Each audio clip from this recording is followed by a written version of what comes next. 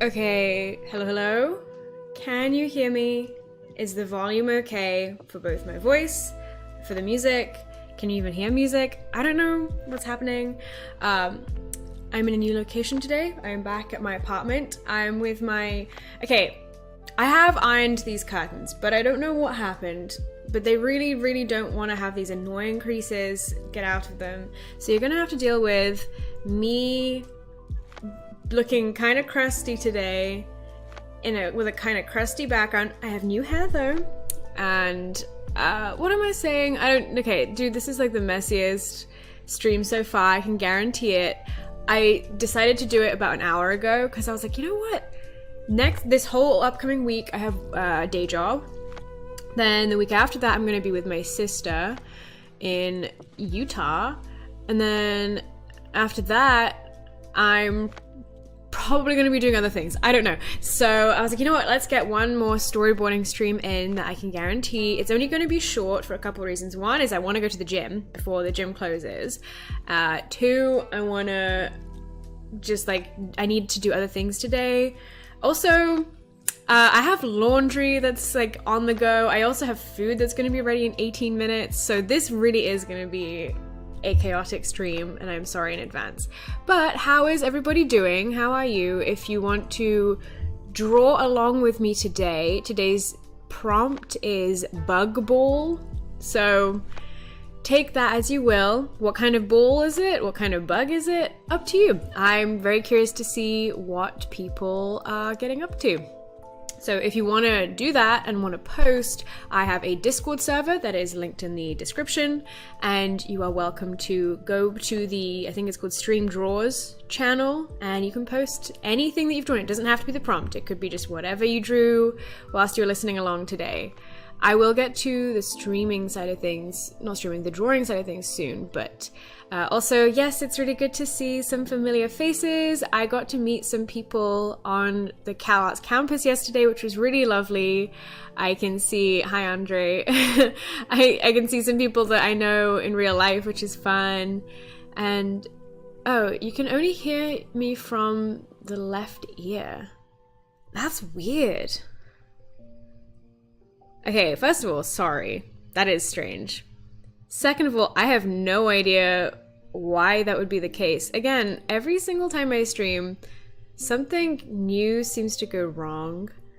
And I don't change any settings in Streamlabs, so I don't know like why I'm only coming out of one ear today.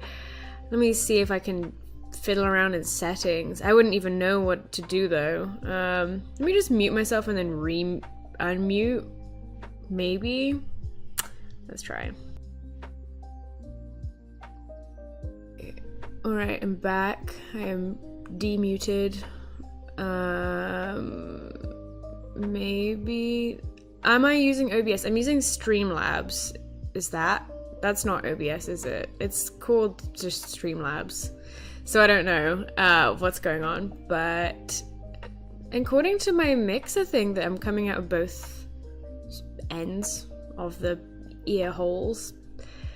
I don't know what's happening. This is really great. Let me just fiddle for a little second.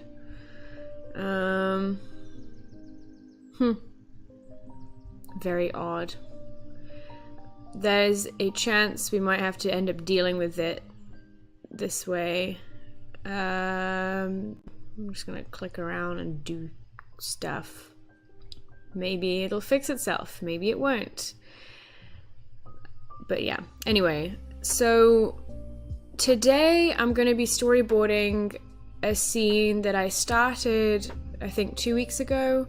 Since I last streamed storyboarding, I actually got a lot more done, and I had a great time because I finally feel more comfortable with my characters, and I finally am kind of enjoying the storytelling aspect. Because for those who don't know, for this, what I'm streaming today is my film FiREWORKS, which I hope to finish by April of 2023, and I have had the visuals of it in my head since maybe November.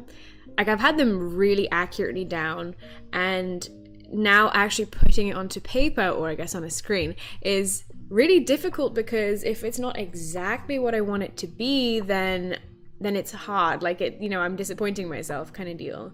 So yeah, I'm gonna try and do some of that today. I will show you what I've added, and yeah, you're gonna see me mess up a bunch because storyboarding is not my strength. I'm good at telling other people what to do, but when it comes to actual storyboarding, less so.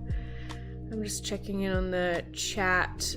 Okay, so yeah, I don't know if there's been any solution to this audio situation, but let's hope for the best. Also, wow, I don't know what's up with my lighting, but if I have like this warm soft light, it makes me look green almost.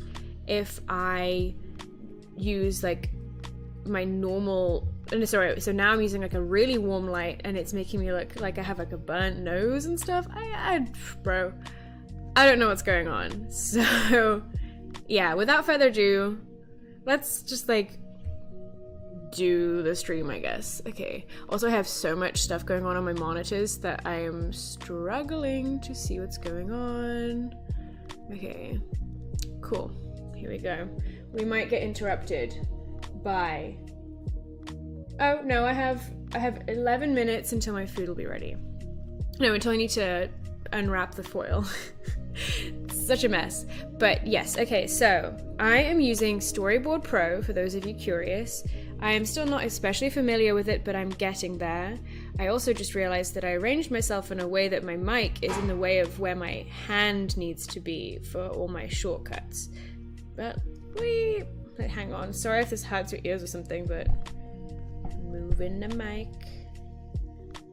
I can make this work, I promise. Also, I'm sitting, I'd rather stand, but my background's crusty, and like, if you move my camera just a tiny bit up, then you can see the top of the like little divider thing I have here, so you're gonna have to deal with this today. Anyway, I haven't completed any scenes, that's a lie, but I have started a bunch, and it's been an adventure. I also discovered there's like a pitch mode. I mean, I knew this before, but I rediscovered there's a pitch mode for Storyboard Pro. Boom. And now my camera is kind of wonkily placed, but that's okay. There's not too much that you're missing by me being here. Let's see if I can I'm gonna shrink myself and hide over here. Boop. Cool. So, we open out to a yellow sky. I know it's grey for now. Yellow sky. Da-ding, da-ding, da-ding. There's a bell ringing, and we stop. We're meant to start panning down. Why are we not panning down? Okay. We start panning down, and you hear like children laughing and talking and la la la la la, goodbye, goodbye. Then we have a mother walking, and she's listening to her kid who's talking about this and that, and I love spaghetti, and we were making macaroni art, and it was amazing, whoa. And then there's like a scene I haven't drawn out, but they get to that car. The mom opens the boot, or the trunk, as Americans will say. She puts the kid's backpack in, and when she finishes doing that, she looks to the kid, bends down, then we get to this frame, and she says, "Look who else is here to see you." And she gives a knowing look to the side. Kid runs, and it's Daddy! And then Dad gets out, and they hug. These drawings are so crusty, but it's fine. And then it's like a cute, tender moment. Does that mean you and Mom are friends again?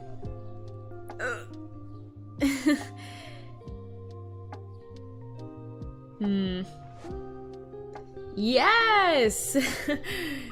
Tap, tap. Come on, son. Well, let's get you in the car. We've got something exciting to show you. What is it? What is it?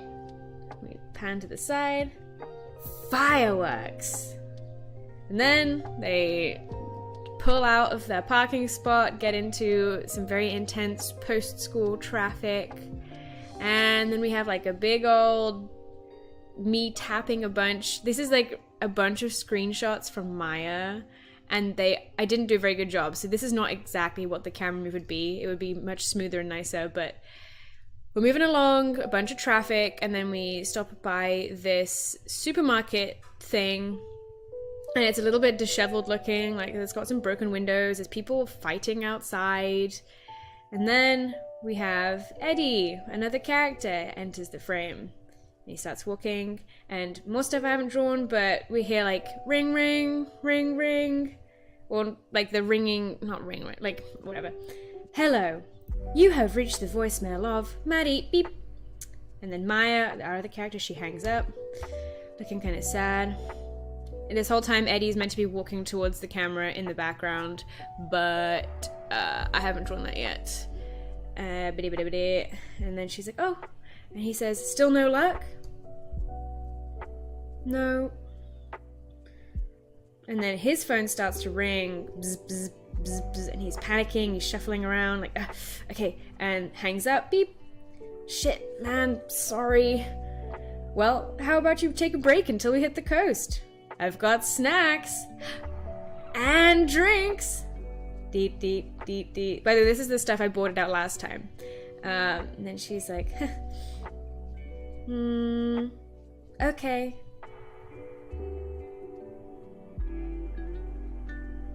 Less okay. And then I'm gonna delete this scene, but I'm gonna do it from a different angle. But he's like moving all the stuff that he dumped in the chair, then he like jumps in the car, squeak, and he looks at her, a little concerned, but a small smile, kisses on the head, and then gets ready to drive, and then looks at her again. Okay. And then I haven't drawn this either, but he starts the engine, and then the music, it begins, and actually, you know what? I was making some music last night. I might play it, but also I cannot hear any audio that's coming out of my computer, so you guys are gonna have to tell me if it's okay. Anyway, so yes, he starts listening to it on the radio, and then he starts singing along, confessions of pain and regret and love, and they drive off, and then the music continues, but now it's like in the background, and there's these people in the street partying, and then we have this like dude being like, the end is nigh, running up in your face and spouting all kinds of nonsense, and we pan up and up and up these apartment buildings. We see a little old lady, and she's looking out at all these people partying out there, and then her husband, what's with all that ruckus? Must be preparation for the fireworks. And then I have not colored him in, so you can't really see him, but he's like, oh, they're too damn loud. Oh, let these kids have their fun. Goes back to his newspaper. Then the TV changes, and it's like, diddle-diddle-doo, breaking news, the fireworks are about to begin. He grunts again, reaches for the remote, zoop, and then changes the channel. And this is like all gonna be live action, little bits of pieces of my voice actors, but like on video. And then it's like his face, and then changes the channel, and settles on this game show where it says duty, ha ha ha ha. Turns up the volume, boop boop boop boop boop. And then I haven't drawn this either. I'm like maybe a sixth of the way through this film. But the old lady picks up a little step stool and shuffles over to this like cabinet thing over here, which is meant to be closed, but I forgot to close it in the build. But anyway, in the screenshot, she gets up, looks to the left, to the right, reaches in.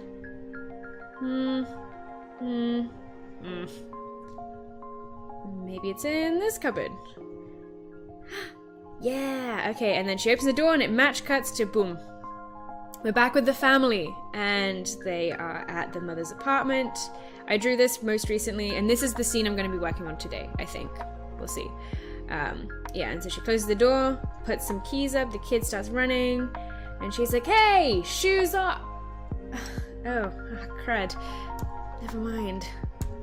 And then she's like, you can put your things here, and is instructing the father to put his stuff down on the other side of the room. And so that's what I'm going to draw. And then this is from before I had designed the kid, so I'm going to redraw this too. Also, like, I need to change it slightly. But the kid is like playing with toys, and yeah, look at these top tier drawings, guys. Do-do-do-do-do. Playing. Looks down under the sofa, which I just realized in my current setup, I don't introduce the sofa.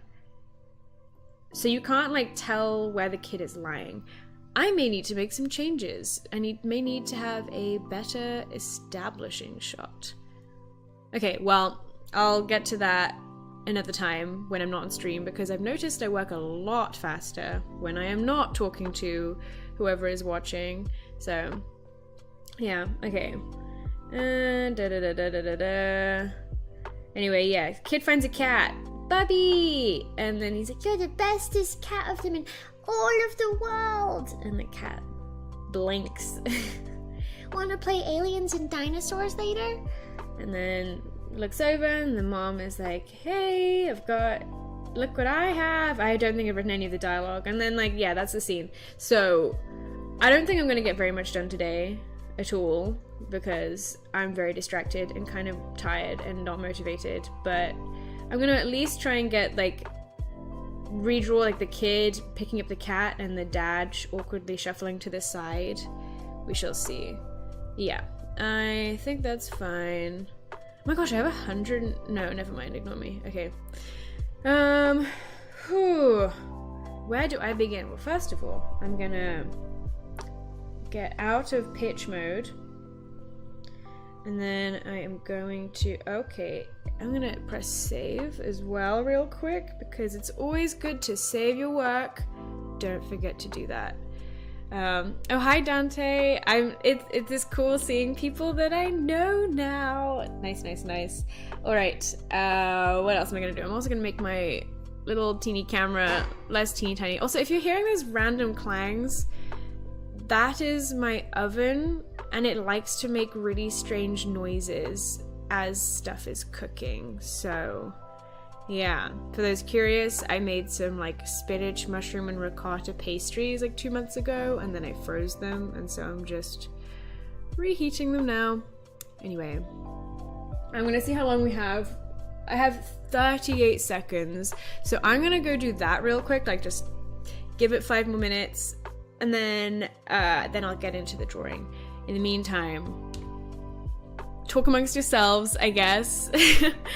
If you are drawing along, don't forget to share. Don't forget to check out the description, by the way, if you have any questions. They might already be answered in the frequently answered questions section. If not, do ask the chat and I'll answer some of that when I come back. I'm also going to mute myself because I don't think you need to hear me rustling about behind. I'm in the kitchen right now. You don't need to hear me rustling around, so bye.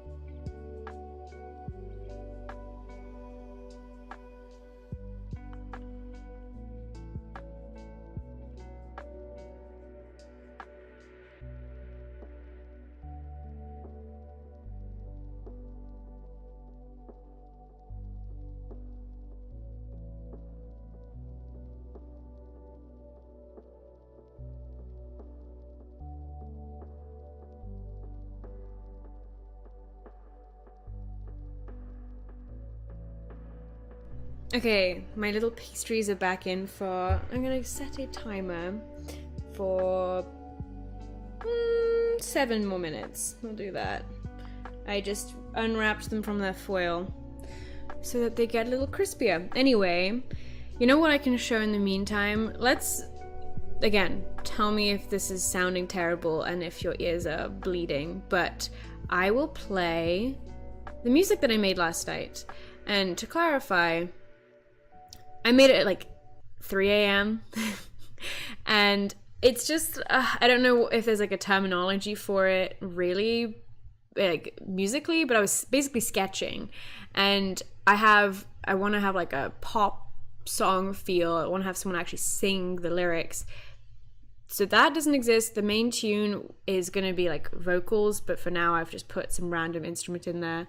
Let me get the file up and see if I can play it, because yeah. All right, let's try. Remember, I can't hear it, so I'm just gonna have to guess when the music is over. Okay, and also, yes, this is like super duper preliminary, and I haven't listened to it since last night, so it may actually be disastrous. I feel like so vulnerable that I'm playing this out loud right now, but whatever. Anyway, here we go. Can you hear it? Let me turn the volume up.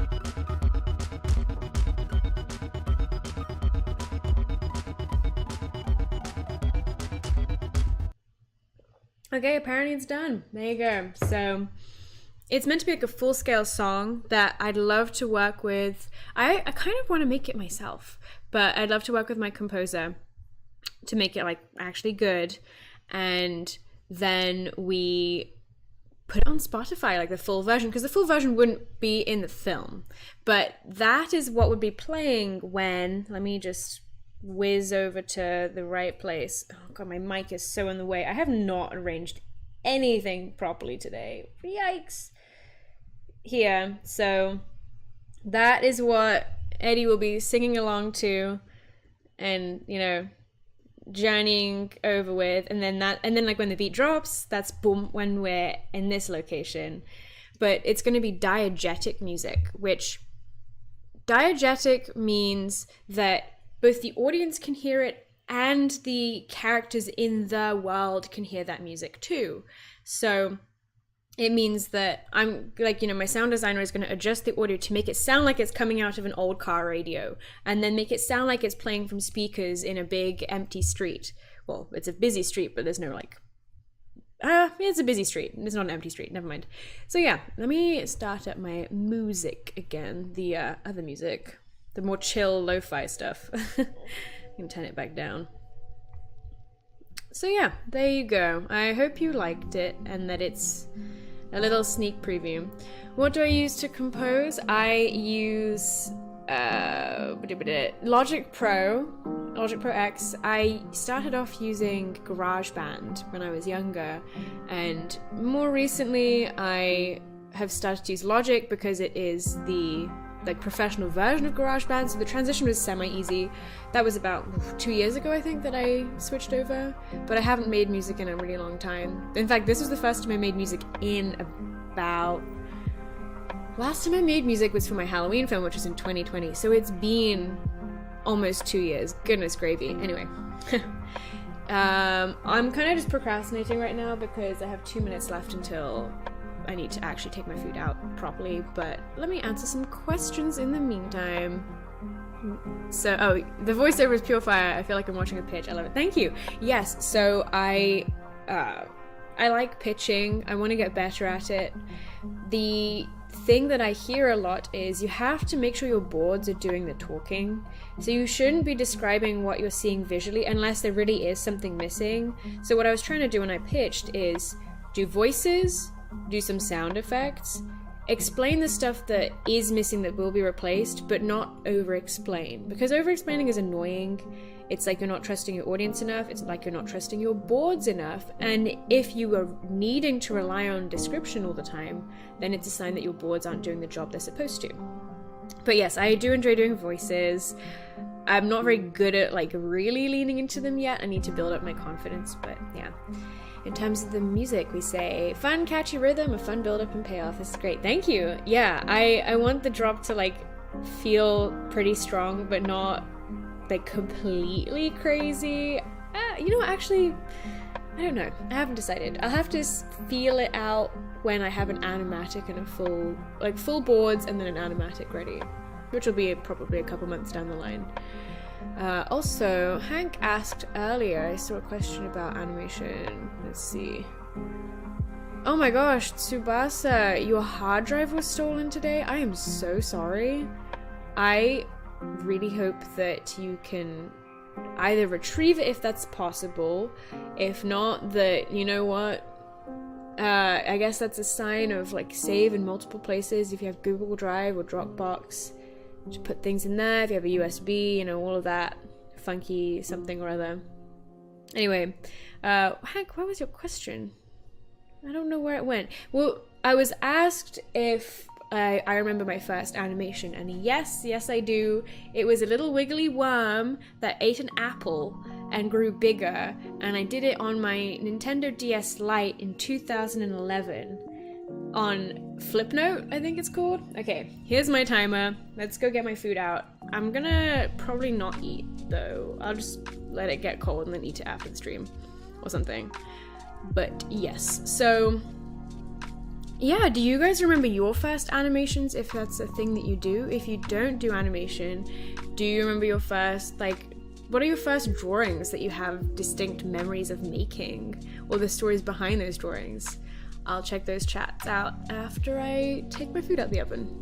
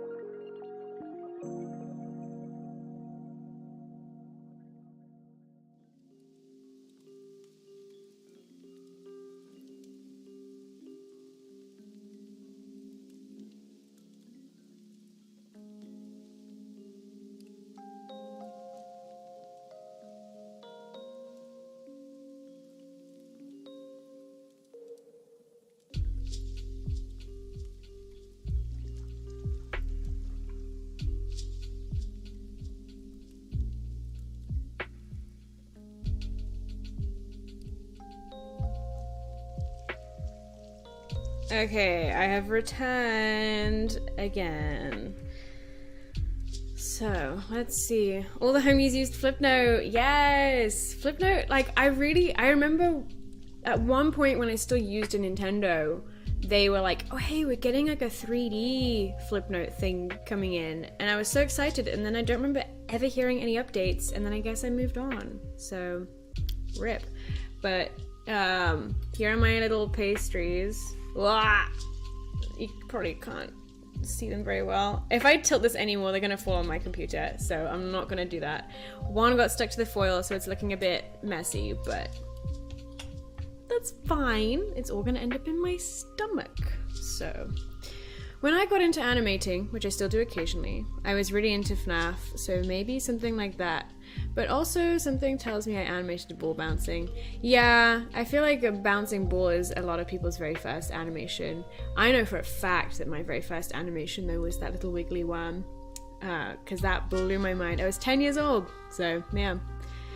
So you backed up to Cloud, but slacked off the last 4 months or so pretty dumb, got so much done, retrieved a few backgrounds, but all the animation footage is gone. I'm so sorry. Man, it really sucks when you lose work.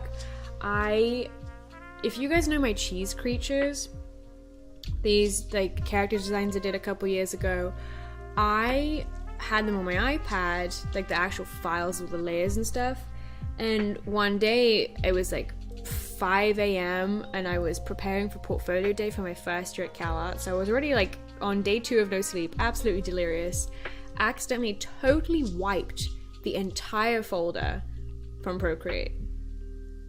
Gone completely. Like I have some like JPEGs and PNGs of those drawings, which is what you guys see, but the actual clean high quality files gone to the sands of time. Also, yes, Amel, unfortunately I'm having an audio issue apparently, and I don't know why. Let me just fiddle with this. Yeah, that's probably not going to do anything, but yes, so I'm afraid you have to listen to me only in one ear today. That's really annoying. If it's really annoying, I'm sorry. I don't know what to do about it, TBH. And this is a messy stream enough that I'm just going to be animating for 1 more hour after this. Let's see. My first hyperfixation in drawing was ice cream cones with multiple scoops on top. It was so visually pleasing to me and looked very delicious. I drew them literally everywhere. That's so funny. I feel like I did that too. They are incredibly visually pleasing, and they make me think of Moshi monsters for some reason, or Moshi monsters, one of those. Yes. Worm getting sucked into a portal. It looks like there's a commonality between us with animating worms, because it's just fun and easy, right? Maybe mine was a caterpillar. It was like a wiggly scribble, so whatever. The cheese creatures are my favorite thing you've done. That's so sad, forever remembered. Yeah, R.I.P. So I guess I'd have to redraw them, and honestly though, I've been looking at them recently and it's like, they're still pretty good, but I think I could do a better job now if I redid them. But I'd rather make something new, so yeah. Any tips on how to enter into the animation world? I'm in my 30s now and thinking in changing my career or adding animation with development to work in the game area, but I need to make a movie. First of all, you definitely don't need to make a movie. Movies take months. Even with teams, you know, I mean, like Pixar takes like 5 years to make a film. Even if it's like a 2-minute film. Like, okay, just as an example, I worked for Netflix last summer and I made a 1 minute, like exactly 1 minute long animation. I didn't even do the storyboards. I didn't do the music. I just did like the backgrounds, the design work, and the animation, which is still a lot. Oh, and the compositing. But they gave me 11 weeks. So that is over 2 months to finish that project for 1 minute of animation. So there is never an expectation from studios to see full finished projects at all. Instead, you can do development work for those ideas you have, the story. So you could do just the storyboards, like the things that I'm creating right now. You could do just character designs. You could just do prop design, or a little bit of everything, depending on what you want to get hired to do. And if you put that in a portfolio website, that is much more like appealing for people to see and more manageable for you. And it proves what you're capable of, because usually, you know, if you're working for a studio, you don't need to make everything at once anyway. So they're not expecting you to. The other thing is, in terms of starting late, like I have a lot of classmates who are in their 30s, and either because they had financial constraints or had different career paths previously, or just didn't know what they wanted to do until now, they only have started animation in their 30s. And, you know, that's not a problem at all. It's the people in studios care about if you can do good work, if you can do it on time, and if you're a nice person. If you can have all three, then you're fine. Age does not matter. Anyway, let us get into this. So, first of all, sorry this drawing is kind of gross. Hang on, let me just adjust it a little bit. I think his eyes need to look somewhere else. Like maybe like that. This eye is not, I'm not enjoying the way it's looking. It's good enough for a scribbly drawing. So what's happening here is he's being pressed against the wall, but we're close up, we can barely tell that that's what's happening. See, she's walking and then that. So now we are going to, the term is hookup, which I know it has other connotations in the other worlds, but in animation world, a hookup is where you make one shot, so like one place that the camera's at, and then jump into another place that the camera's at, where it feels seamless. And often it means doing things like cutting on action. What cutting on action is where, well, you change the camera position in the middle of a movement, and that just kind of tricks the viewer's brain a little bit into not quite realizing like, oh, we're in a different camera position now. And that's very useful because it means that you can now reveal more information without kind of taking the immersive quality out of the film. So over here, months ago, I had my little notes of what happens in this shot. Father puts duffel bag down. Mother hangs her bag. Mother walks to kitchen, maybe. I think what I might do is not have the mother walk to kitchen thing for now, and instead just do the first two, and then, what's going on? Why is my, oh no, has my undo button stopped working? Okay, I'm gonna need to make some setting changes real quick. But I need to make a camera move. I mentioned earlier in the stream that the kid in the next shot is on a sofa, which the sofa is like here. You can't see it though. And because when we meet the kid, we're so close up we can barely tell it's a sofa, I think I need to introduce the space a little better. So what'll happen is the mother hangs her bag, and then as she starts moving towards the kitchenette, the camera pulls back. But because I have not got my 3D model with me right now to make the screenshots, I will do that off stream later. But it will be one continuous shot with a camera move. Yeah, we'll see. Anyway, I also need to change this. Okay, so in terms of settings, so my Huion tablet, which is the like drawing tablet that I use, for some reason its driver just stopped working the other day, so I had to reinstall it, and I totally forgot that it means my settings are incorrect. So for example, this says E. It's like, no, I like this to be Command Z. So undo. And then, you know, oh, bum. Why did I do that? Okay, cool.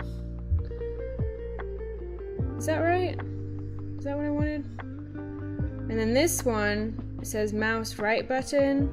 I don't know about that. I want it to be, I don't know why I'm showing this like on screen. This is really uninteresting. I'm so sorry. This one could possibly be E. I have not really like gotten super used to using like the shortcuts on this pen or anything, but E in Storyboard Pro is erase. So if I press the top button, it'll make it undo. If I press the bottom one, it'll be an eraser. Oh wait, you know what? I'm dumb and I did it the wrong way around. So it was correct. Oh, I'm such a bum pickle. Okay, well that's E. This one is Command Z. Wow, that's not, okay, no. This is such a mess. This is me on a regular basis. I'm so sorry. Okay, let's test this out now. So let's just, I don't know, do some scribbles. Now if I press the top, let me just show you what I'm on about. Here, so I have these little buttons. There's like a little one and a bigger one. And I like this big one to be undo. So if I press it now, it's undone it for me. Okay, if I bring the scribble back and I press and hold the lower button, now it works as an eraser. Yes, okay, this is good. This is what I want. Small things in this world make me happy, apparently. Okay, well, anyway. I'm just gonna duplicate this. Also, I'm gonna undo a bunch because I just realized I don't want these lines. I'm gonna duplicate this panel a couple times because we have this shot being pretty static for a little while. And we just have the father and the mother. And let's see, if we go into panel, here I can add dialogue if I choose. So the last thing we have in this shot is your. So the mother goes, you can put your, and then here I wanted to say things here. She's not moth, she's moth there. Your things here. Wonderful. Father doesn't say anything. He doesn't want to be stepping on anybody's toes. So, there you go. So we have no dialogue for the rest of these shots. I don't know how many panels I'm going to need just yet, but for now, let's see. So I'm going to have A and B. I'm very disorganized with this, but seeing as the mother is it's like closer to the camera, so yeah, like her layer is in front of the father. She will be A for today, B will be father for today. I could rename them, which would make more sense, but I'm lazy and no one's gonna see my layers, right? Except for you guys, I guess, but yeah. Also, you don't need to see. Okay, so in terms of dialogue, your things here is the only thing that's showing up. So I'm just going to move my camera so that you can actually see the other stuff I'm doing elsewhere. So I'm going to go move myself down here. Hi. I like how we're an hour into the stream and I'm just getting started. But this is the way it is, apparently. Okay, so I'm also going to get up on my other monitor so you won't be able to see it because I just don't have enough space on this screen. But I will put up images of my character designs for the mother and the father. So I had these turnarounds. I will show them just to make it easy for you guys to have an idea of what I'm talking about. Except I don't have a finished turnaround for the mother on my computer apparently. So I'm just going to use like an old one. Proportionally she's still correct, but her design is a little different. Here, so we have the father turnaround, and we have some exploration of the mother, but this is good enough. This is all I need. Her hair is like a combo of this, and then a totally different hairstyle. I got rid of the hairband at the suggestion of my voice actress for the mother, Crystal. She's lovely, and so yes, the actual finished design looks different to this. But this is going to move elsewhere. Only I can see it. Mwahaha. Also, if you want to see all the updates, I haven't put the storyboards up yet because they're not finished. But, as in, like, there's not enough stuff to show. But if you do want to see any of the design, then you can go on my Patreon, or my website has some stuff but not everything. Oh no, unfortunately my audio is bugged. Oh yeah, my bugging audio is... my buggy audio even. Cool. Alright.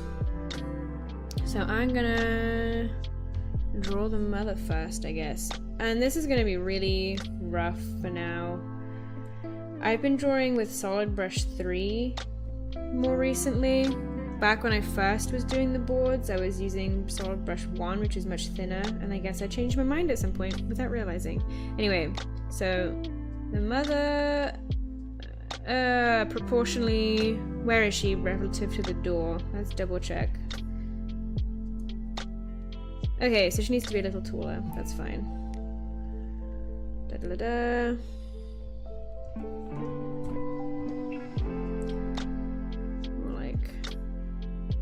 Da, da, da, da.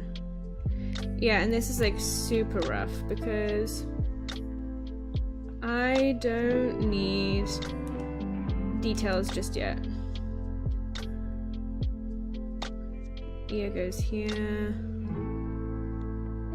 and then she's gonna, so in the previous frames, she had a bag on her and she was holding the backpack of the kid. So I think I will have her put the backpack up and she can just keep the bag on her shoulder, because otherwise it's just too much animation for me to do. I really don't need to worry about that. I'm just trying to think, like, I'm trying to save myself later down the line, you know? So she'll be putting the kid's backpack on these hooks that I've drawn here, or modeled, I guess you could say. So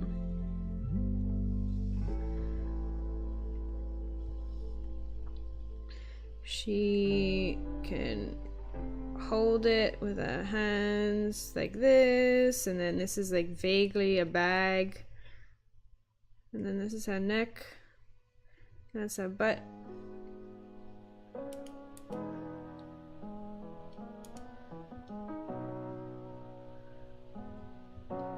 Whoa, why can't I draw legs? Oh gosh, what have I done? I've made it like have really odd proportions just now. I think I've drawn a bum wrong, but it's fine. It's fine, right? Right? Oh, goodness me. I shouldn't be struggling this much to draw my own characters, but here we are. I'm also debating on if I want the legs to be, like, the front one is back and the back one is forward, or if I want it to be crossed over. Let's say we'll have a more front-facing, like have a body kind of tilting towards the audience. So that means the leg closest to us is going to be backwards. Not backwards, just like pointing backwards. Yeah. Like, oh my gosh. I actually have no idea what I'm doing. Well, I guess she's gonna have a broken ankle for today. Cool. Great. Love that for me. And I'm just gonna... something. I will shrink it down just a touch. And I will have the father sketched in too. And so I want his pose to exactly match this drawing, but have the whole body visible. So I'm just gonna make his... he has a hexagonal shaped head. Just an FYI. And I can't be bothered to draw proper eyes, so I'm just gonna give him a big old dotted eyes thing. Something like that. Let's make it a little bigger so that it's more similar relative to... what's it called? To his ex-wife. Something like that. And then I just want to check.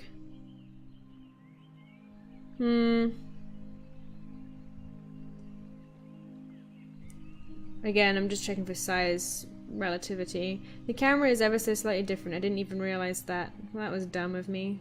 Well, luckily these are storyboards. Nothing is permanent. Ba-ba-da-ba-ba-da-ba.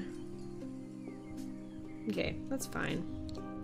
Hank asks, you said you're a fan of gorillaz. Have you seen the new Gorillaz Cracker Island video? Yes, I have. I love it. I'm very curious what this story is about, because to me, this is like implying that there's more to come, you know? And they announced that there was going to be a movie a while back, but I don't know what status that's in, because that was with Netflix, and if you guys don't know, Netflix like completely killed almost all of its animation projects because they don't know what they're doing financially apparently, and love to kill animation first, you know?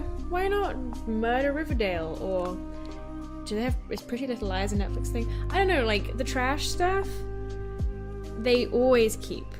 The animation, first to say goodbye. So, I don't know if that project is still happening over at Netflix, but yeah, Gorillaz was supposed to do something. Anyway, stylistically, I am in love with mixing live action and animation together, whether it be live action in 2D or live action in 3D animation. Great stuff. So that was really fun to see. The characters are looking more and more plasticky than ever. I'm okay with it. I don't love it. But the thing I loved about that music video is the animation. Like, they felt so, how would I describe it? Like, the acting was so fun. It felt really, like a little exaggerated, but in like the cool type of way. And I want to see more of that from them. I'm just gonna get rid of the mother for a second, because I feel like I'm doing this wrong.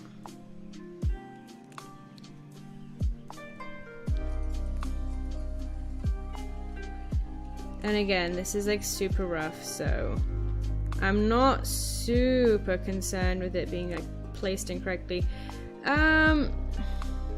His proportions are off. Like, he's a tall guy, but his legs aren't that long, and his body is not that long, so I think I need to make him bigger. Shrink this down. Maybe move it up a little. And then just increase his size. Like that, I think? Sure. There you go. Am I planning to get this film into some festivals? Yes, I am. The only thing there is, with festivals, a lot of the really prestigious ones, they don't want you having published your film anywhere. They want to have, like, not the rights, what's the word? They want to be the first to air it, you know, have some exclusivity. And so, if that's the case, I might have to end up waiting like up to an extra year before I can share my film, which I don't want to do. So I will be submitting it to festivals, but which festivals might depend on what the criteria is for each one. I mean, for example, The Flood. Now, that's a film that I worked on, and some of you may have caught a sneaky peek of it when I had it very briefly up on my website. But it's a film I made for the BBC, and I'm very proud of it, very proud of the team that made it, because I directed it, but I didn't really animate or build the sets or anything. I just wrote the poem, designed the character, and did the storyboards. But that's not on my YouTube channel yet, and it's because it's doing the film festival circuit. I have to wait for it to be allowed to be on my channel. You can see the trailer on my website though. Okay, alright, so now I have a scrappy drawing of the father. Gonna make another layer B. Just gonna do him real quick because I feel more confident about what he is doing than the mother for now. I'm gonna also make this bigger so you can see what I'm doing a little better. Then I guess just gonna like move his eyes here so that I know my future self is like, oh, he's looking that way. Also, his hair thing is looking the wrong way, right? Actually, no, it's fine. Okay. And then his shoulder is gonna be like all smushed up there, but this arm is gonna continue to be sticking up. Okay, so I'm gonna move this to its new spot. Oops, I forgot to give him his beard thing. Oh, actually, you know what? He can be shrunk down here. Gosh, these drawings are so bad. But that's the fun of it. That's storyboarding.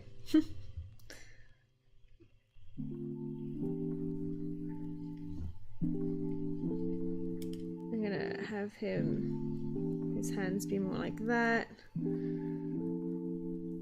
Oh, poo. He has a bag. I forgot to draw that. Okay. Well, you know what? I'll put the bag... What hand? He's holding it in both hands in these previous poses. So I shall put them in one hand as he's shuffling. Okay, that's not too hard. I'll put it here. Yeah, man, continuity is difficult. Like, if you're not paying attention, you can miss some really small, easy things that just completely impact the flow of your film. Sometimes it's not detrimental, but it's like detrimental to me because I like consistency, you know? Okay, I'm just gonna, hang on, move stuff around real quick. gonna submit to festivals too. What festivals do you like or submitted to? I don't know anything about film festivals. I have not submitted to film festivals before. My team for the Flood, they submitted to film festivals. Other group projects I've worked on, others have submitted to festivals on my behalf. Then the Flood also got submitted by someone who was pretending that they owned my film, and they were impersonating me, so that was interesting. Well, not even impersonating me, they had stolen all my artwork, my resume, my everything, but did it under their own name. That's a whole drama that happened a couple months ago that I will not get into for the sake of my safety. But yeah, people are kind of strange out there. Some people need help. Anyway, yeah, it's not, I can't say it's too fun when people try and steal your whole entire identity, like genuinely. I didn't think I was like a big enough figure for that, but I guess it can happen to anybody. Stay safe out there, folks. Okay, and then I'm gonna have this foot match up to where it was landing. He's got like long pants. Then I'm gonna have his legs still up in the air here. That's a bit too up in the air. Maybe that. Gosh, drawing is hard. He does need some milk. I think he needs to look a little sadder actually for this at this point. He was surprised, but now he's just like, whoa. Actually, a little bit of both. Can I do that? Yeah, that eyebrow line is something. Okay, my proportions are all over the place, so I'm gonna fix that at some point, but not right now. And then I'm gonna have him more stationary. Oh wait, I need to give him his... Whoops, wrong layer, wrong layer. Let's start that again. On the correct layer. Cool. Why is it saying it's still there? Weird.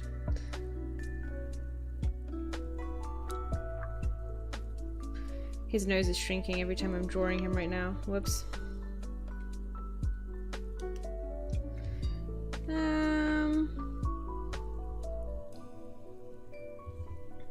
Can keep this in place. And then have his other foot join. Actually, I want his foot to be turned in as if he's like awkwardly standing. I know that the thickness of both legs is varied right now. That's okay. Again, this is all super duper rough.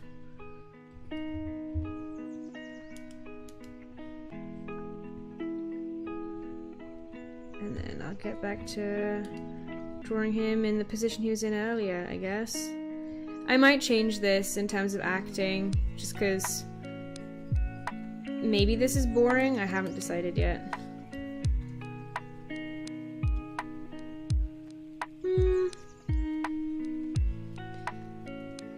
Sure, we'll stick with this for now.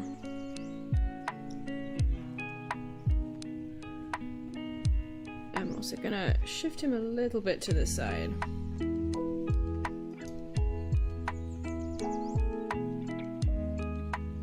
Just to feel that movement in these drawings. Actually, you know what? I want him to keep looking at his ex-wife. Let's do that. I have to say, having now streamed and not streamed me doing the storyboards, this is really hard. I can't say I'm enjoying this in terms of I don't feel productive and it's really hard to talk through my process, but I also am enjoying the idea of like sharing this information with you guys. So yeah, I can't see myself doing this too much, but at the very least, I'm doing it now. And I would love to go into depth about boarding for the making of video for this project at some point, whenever that happens. Let's see. You're animating the wife and husband in different layers, correct? Yes, I am. You always work with 3D scenes and draw like this, or is this just for base, or do you render your 3D with a cartoon style? You can actually see what my renders will look like, kind of, in my on my website. So my website is linked in the description, but it's www.mepity.com, and it's on the homepage. It's realistic rendering. I mean, as realistic as I can get for now with my limited knowledge of 3D, but I want it to be that way because I love the contrast of super cartoony designs and super realistic props, backgrounds, and so forth. Just variety, you know? What else am I being asked? Maybe too big of a question, but would you say CalArts is worth it right now? If one would like to go there, I've heard the good teachers are leaving and it's not so good anymore. That's a pattern that everyone always hears of, like, oh, the good teachers are leaving, but who are the good teachers? Like, the different teachers are good for different people and for different purposes. And I still think we have really great teachers, but also teachers should not be the only thing that you're looking for in a school. So, hang on. One of the reasons I deem CalArts to be the best school in the world for animation is not like because the program is the best, or the teachers are the best, or the students are the best. You know, high caliber stuff, I'm aware of that, but other schools like SVA, Gobelins, Sheridan have phenomenal students, teachers, programs as well. But we are physically the closest, as far as I'm aware, to Burbank and to Glendale, which is in Los Angeles, and they are like the capital of animation. That is where most of the studios are. You have things like Disney and Warner Brothers, DreamWorks, I think, Cartoon Network. All of them are located really close to CalArts, which means that we get really great guest speakers who can come and talk to us and connect with us, and we can have recruiters come and look at our work, and it's just a lot easier to make connections when you go to a school like CalArts. So that is like a huge benefit. The other aspect of that is the students too. It's like, I don't know how to explain it, and of course I've not been to another animation college, so I can't say it's the same or different anywhere else, but when we are students together, we get to know each other very well, artistically and like as people, and so we have this thing that's called like the CalArts Mafia, where wherever you go, in anywhere in the industry, including just the entertainment industry as a whole, you are gonna find CalArts students. And that's not just animation, by the way. That includes like the music department, the actors, and all of that. Like, we are a very reputable school in that sense. And so, like, we naturally gravitate towards each other as CalArtians, as do all schools. Like, for example, I think Steven Universe, a very big chunk of the people that worked on that show all went to SVA together. A big chunk of the people who worked on Gravity Falls, they all went to CalArts together. And it's because you guys have shared experiences. Even if you didn't go to school at the same time, you know the program and the discipline that you have to build and the attitudes that people develop whilst being at your particular school. And so that's always a strength. And, you know, just to clarify, because someone doesn't go to CalArts or something, it doesn't mean I'm less likely to want to hire them or something like that, or to work with them. I'm just saying it's easier to connect with a person when you have possibly had the same teacher or just had the same filmmaking experience. So, I mean, it's the same everywhere you go, but because CalArts is reputable and kind of prevalent anyway, it's just like easier, I guess, if that makes sense. But no, you absolutely don't need to go. I think it's worth it for me, the connections I have made. All of the jobs that I've had so far are largely in part because of being at CalArts, through things like Portfolio Day, where we have all the studios visit us. So, yeah. Okay, alright. This guy's looking a little worse for wear. And then I'm gonna have him, I'm just animating him in full. Also, I drew him on the wrong layer again. Woo! I love that for me. Hang on, I'm gonna Command X him and then duplicate this panel a couple times because I need him to put his duffel bag down. So I'll give him 3 more panels. Boop. Okay. And when I get to actually animating this stuff, all of the characters are going to be on separate layers. Completely separate tracks.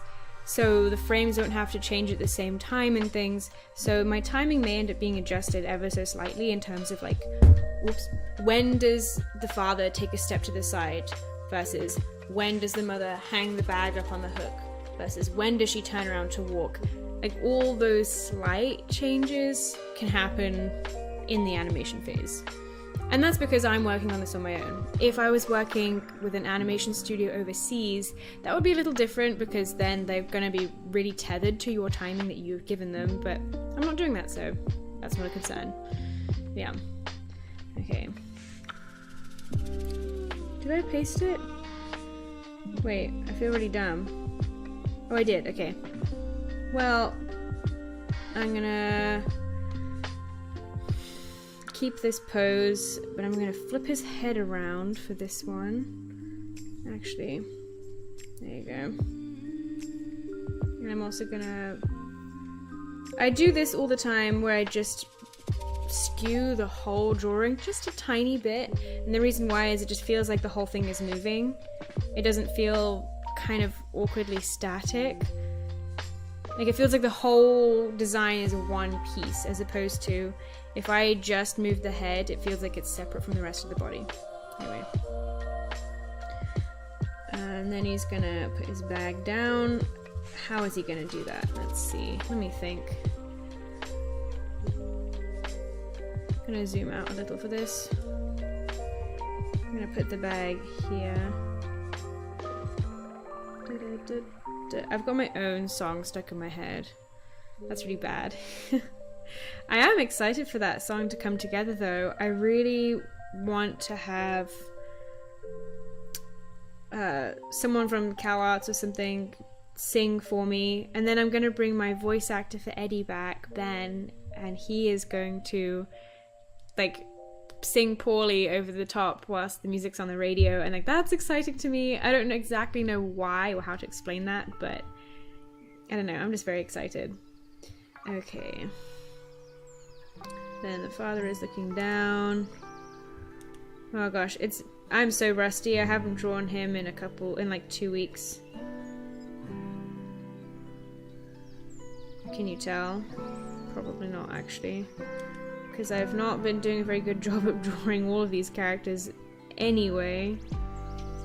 Okay, well, this will have to do for now. And maybe his shoulders kind of come in like that.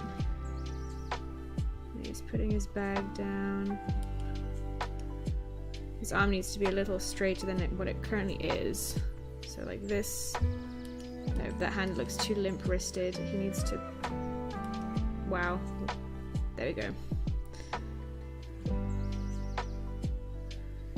So, as you can see, I'm currently drawing him as if he's bending down, but he's kind of floating. He's high up on my screen. And that's because I'm trying to keep the proportions relatively similar, and so by kind of tracing over this onion skin that I have of the previous frame, that helps me to ensure that my proportions aren't too far off from what they're supposed to be. And then what I'll do afterwards is I move him. See, now his legs are bent, so I don't need to worry about getting those right, as in comparison to the oh, what's the word, to the previous frame.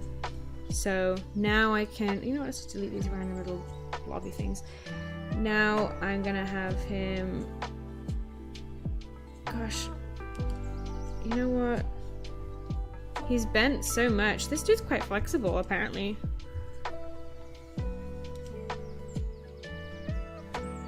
I want his knees to be slightly bent, but, you know, not too much. Like, he's not pulling a full squat or anything. I think this seems decent. Decent enough for now.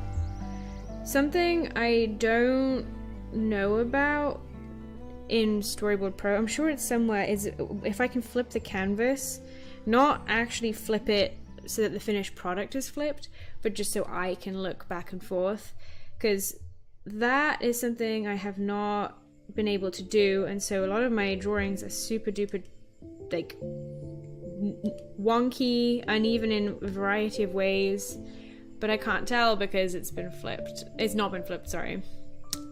Oh well. Okay, let's see. Do you think there's space out there for people without a formal qualification? I graduated 2020 in media production, currently working as a videographer specializing in editing and sound design, but I'd love to pursue my love for illustration that I put so much effort into on the side. Can a portfolio be enough? Oh, absolutely. You do not need like an education. As far as I'm aware, whenever I've had conversations with recruiters, of course they talk about your education and your school to me because they're talking to me through my school. But when they're talking in a more general sense, they don't care about, you know, like what your qualifications are like on a piece of paper degree-wise, because the proof is in the pudding. If your portfolio is solid, then you're good to go. And as I said earlier, you have to have a good portfolio, you have to have a good reputation, and you have to have good networking skills. When I say reputation, of course it's beneficial to have previously worked in a studio, but if you haven't worked in a studio before, or you haven't worked in this particular field, that's also fine, because you've still most likely, if you have a career, worked with other people in some capacity. So if they can give you the right references, and just if there's like a proof that you're just a pleasant person to be around that can get stuff done on time, then you're fine. Yeah, you can definitely get into the industry without having gone to school. Like I said, the reason that I love CalArts so much is the connections, the networking aspect, as well as, you know, everything else, but the networking aspect. But you can do it yourself too. It's just a little harder. You know, you have to be a little more proactive about it. Oh man, I need to collect my laundry at some point. It's a Sunday, so everyone's probably going to be mad at me that my stuff's sitting in the dryer. Bum. Okay. I'm going to duplicate this panel. Also, I definitely over-animate when I storyboard. I'm like addicted to finished looking things that feel like they're really moving, and it's sort of like not smart actually, because it's kind of wasting time, especially if I end up making a bunch of changes where I have to scrap a bunch of the panels that I've drawn. So yeah, I don't suggest drawing as many panels as I am, but here we are. Okay, you know what, actually I'm gonna duplicate this panel because this bag is now stationary. So I will delete this panel. There you go. Cool.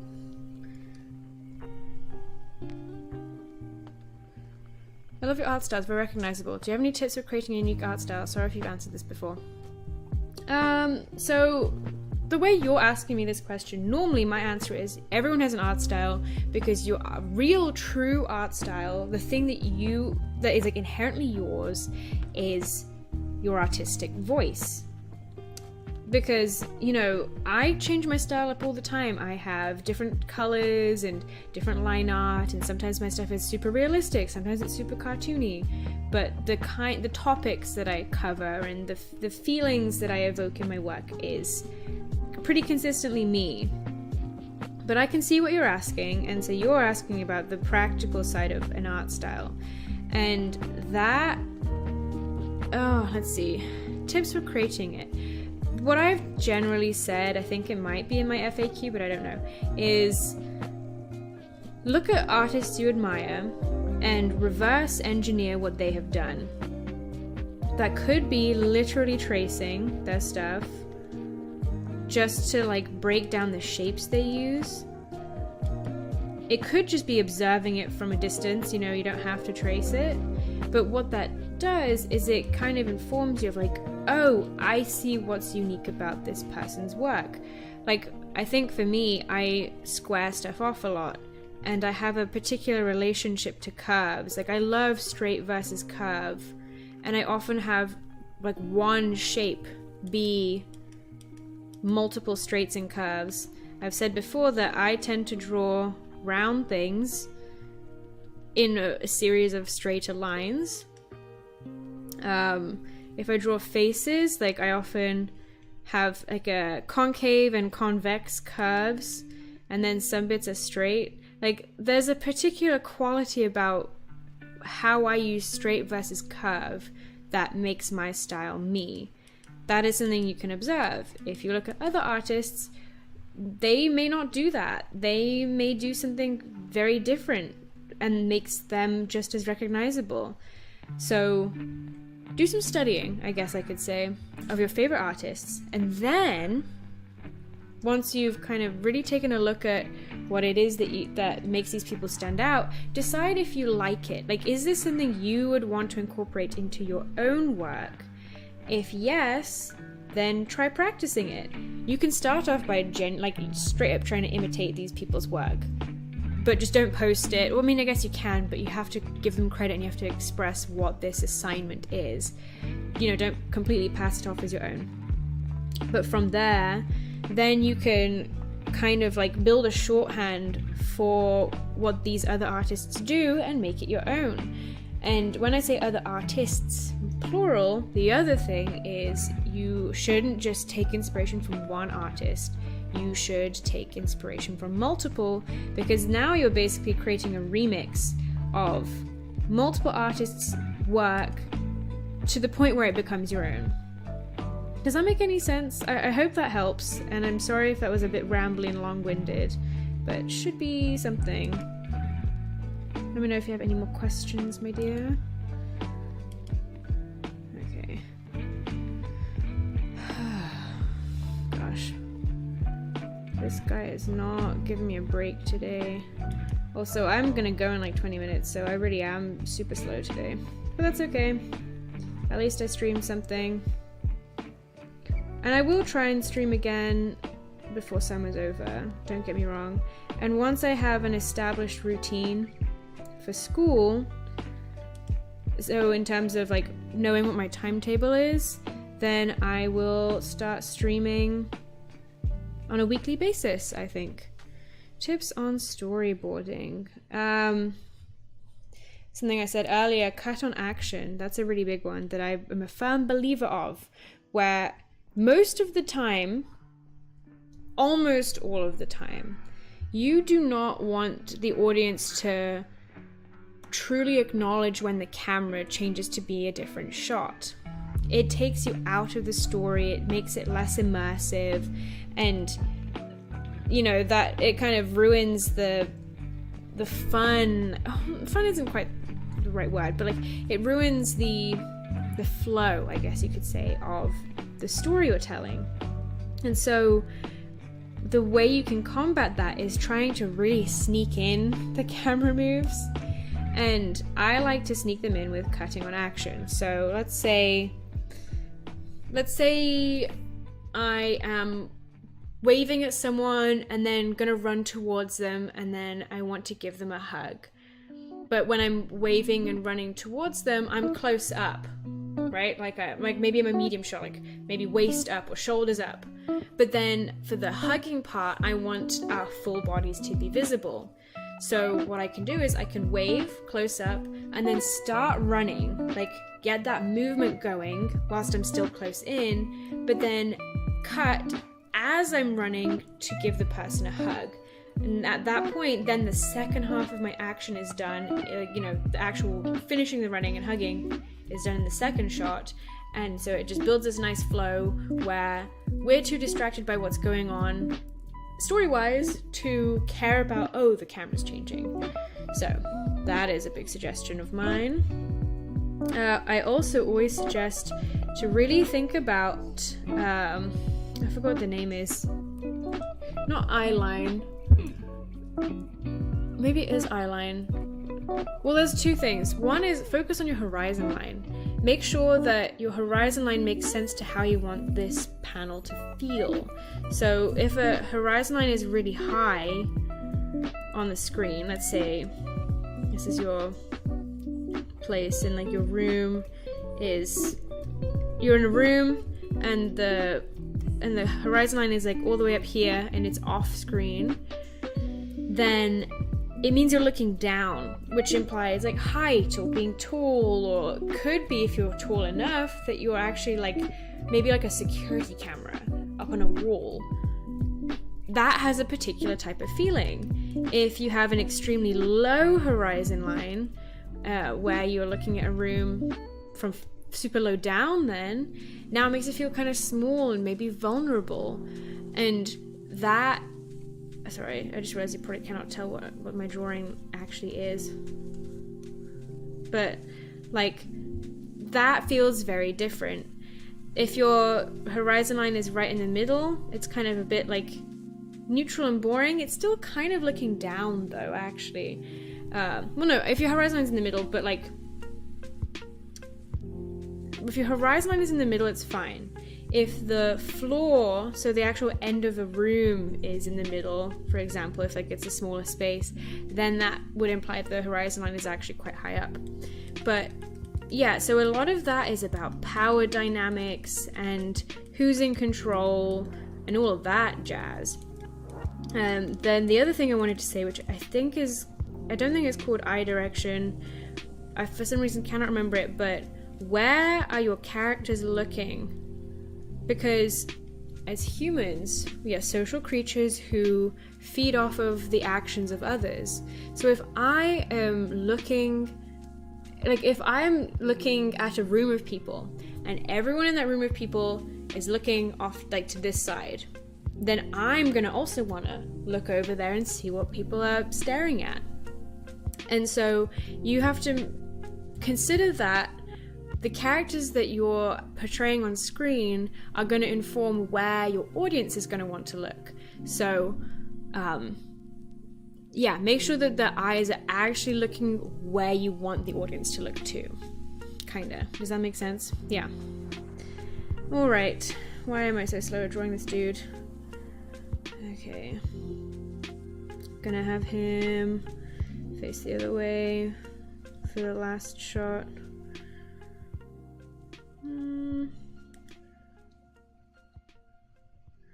Something like this. He's got a big old chin.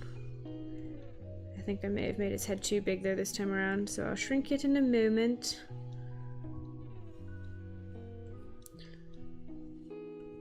Yeah, this is like super mega rough, but that's fine.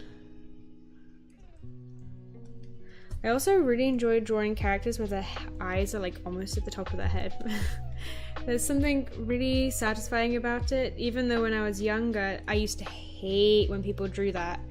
But I think there's a difference between making it look intentional versus having it accidental.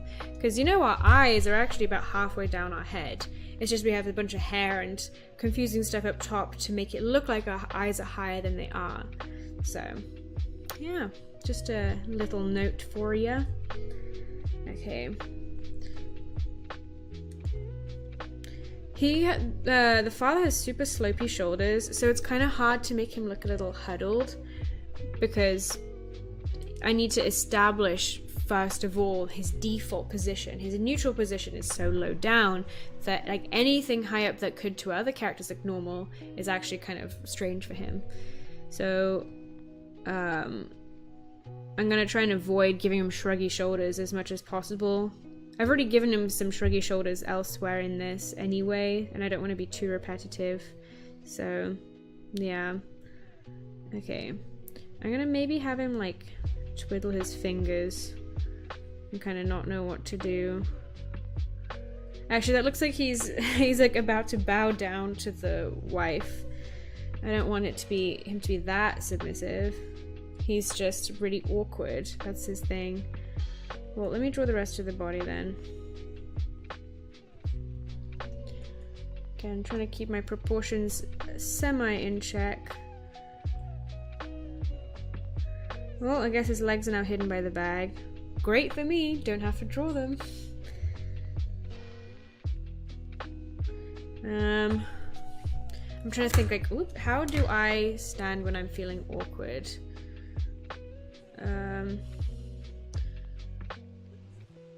Maybe he could like hold his palm, like his actual meaty part of his hand, and like rub it. That could work.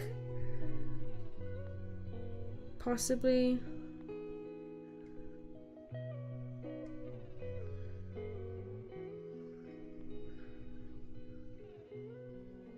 Like this.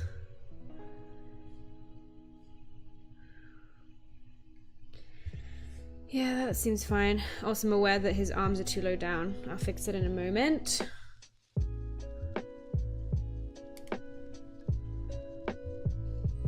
Like this.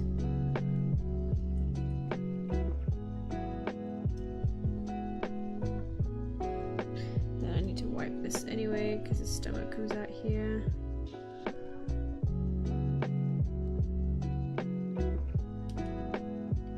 Maybe this works for now.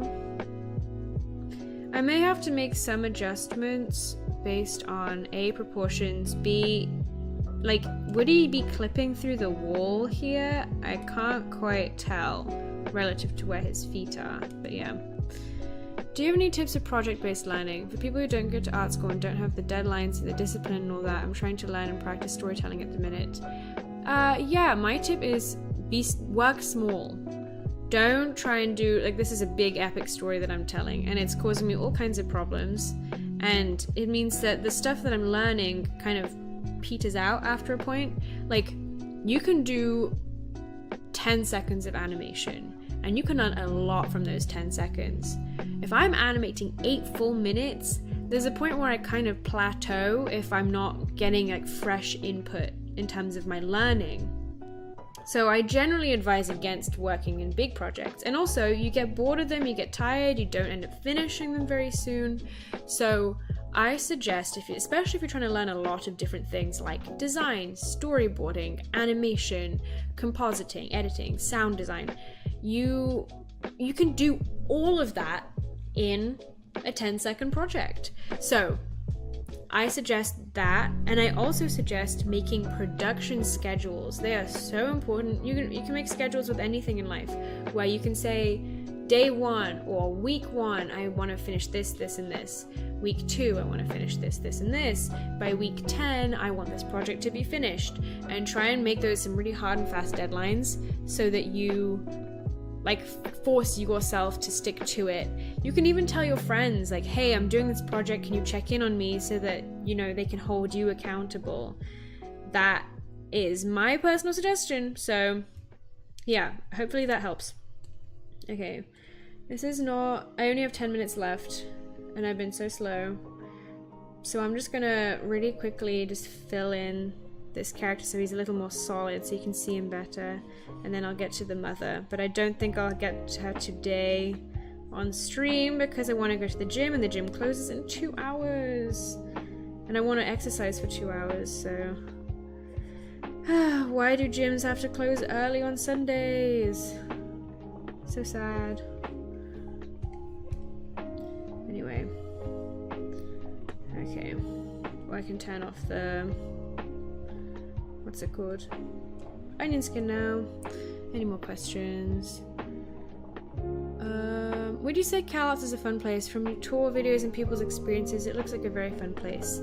With any intense school environment, it's full of fun, full of learning and meeting wonderful people and getting inspired. But it is equally full of stress and, you know, worry. And something I've unfortunately discovered about college and I'm a little concerned that this is just going to be what I have to deal with for the rest of my life, is people say, oh, something is so high school, right? Like a type of behavior. But that behavior has permeated through to my college experience. People bickering about petty things or spreading rumors, and it's kind of exhausting and not something I want to deal with. I try really hard to not be a part of it, but I also am a very attached to solving problems and wanting everybody to get along and be friends, and so I end up kind of sticking my nose in business. It's a mess. But anyway, so I get that at CalArts, and I'm worried that that's going to happen in the industry too, just because of the nature of humans. So that can get in the way sometimes, but that's not a CalArts specific problem. But yes, our workload is incredibly intense. There's a lot of things we want to do at the same time and all of that jazz. But I think it's worth it. I think it's part of the artistic journey, part of learning about yourself, learning time management, learning how far you can push yourself. And that's the other thing, is not gonna lie, I think some people at the school say, oh, you need to always take care of yourself. You need to make sure that you never pull an all-nighter, that you never overwork yourself, so forth and so forth. But I disagree. I think you can do that from time to time, because if you reach your limit, you now know where your limit is, and you have done this within the bounds of school. If you are pushing yourself to the absolute limit until you break when you are out in the industry, now you have a job on the line. You have rent to pay and so forth. I say that I've got rent to pay at this age too. But what I'm saying is the stakes are far higher for if you mess up big time out in the industry. When you're in a school environment, if you push those limits, break them, kind of break yourself a little bit, it sucks at the time, but it's gonna save you a lot of stress further down the line. Of course, there's some miracle people who are phenomenal at time management and know exactly what they're capable of right from the get-go, straight out of the womb. They're like, yep, I know what I'm doing, I'm fine. Props to them. Could never be me, but yeah, so maybe that's not for everyone. This is just my advice for people like me, I suppose. What else are we gonna see? Hang on. Do you have any tips for project-based learning for people who don't go... Oh wait, I've read that, sorry. Cool. Yeah, if anyone's got any more questions, let me know. Or anything else you would like me to talk about in a general sense? How old are people generally when they start CalArts? I'd say that most people are straight out of high school. But when I say most, it's maybe... let's say 65 to 70%. So there is still a really good chunk of people who have transferred, or people who have had entirely different career paths, other people who didn't get in the first few times and so ended up getting accepted for the first time in the early 20s. We have a whole big range, and I really love that. And you can definitely tell the difference between the people straight out of high school versus the people who have families already, but each one, I love mingling with everybody because you have a lot to learn from each type of person. And I think it's also a really comforting thing to know that the industry is full of for example, the people that would be quote unquote late to the game. Some of them, they've had different life experiences, right? They could have worked in fast food, or they could have worked in the military, or they could have studied history and gotten a degree in that, or in architecture, or maybe some mathematicians, or maybe someone was out living on a ranch for a couple of years. Those experiences can then be translated into the work that they create.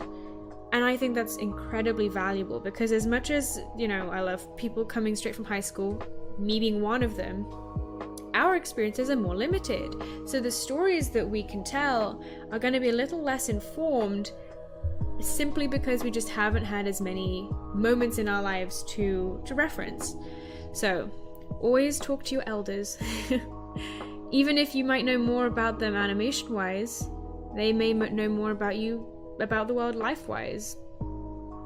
So yeah.